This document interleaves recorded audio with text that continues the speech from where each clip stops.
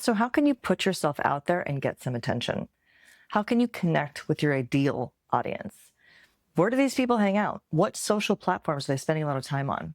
Or even better, where could you find groups of them? I call these groups faucets because you can look for a glass of water or you can find a faucet. So, where else are large groups of your people congregating? What networks are you currently tapped into? Are there any leads there? Would any of those groups fit into your ideal audience?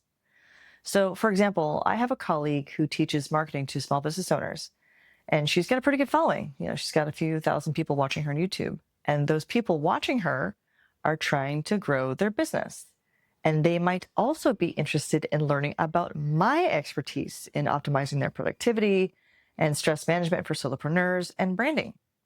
So we have complementary businesses. We're not in competition because we're offering different things, but they serve the same audience. And there's a huge opportunity for collaboration or affiliate relationships.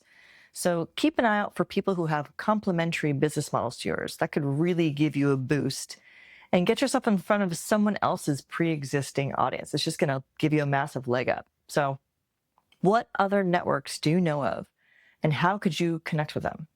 Here's another good example of how to discover faucets in your existing network. When I got my master's in art school, I remember realizing that I probably did not have the confidence and the emotional discipline to make it in the commercial photography industry because the competition is really fierce and I needed some personal development. I remember thinking like, damn, if I had more confidence, I probably would have gone really far. And I wish that I had had a program like the one that you're in now back then. And so I thought about my network and I remembered that I had a few professors who I was still in touch with. So I reached out to them about potentially giving a talk to one of their classes about confidence building and stress management, and guess what? It worked. It put me in front of a lot of new faces at a really critical time in their career. And I got clients from that. So who's in your network? What faucets could you tap into?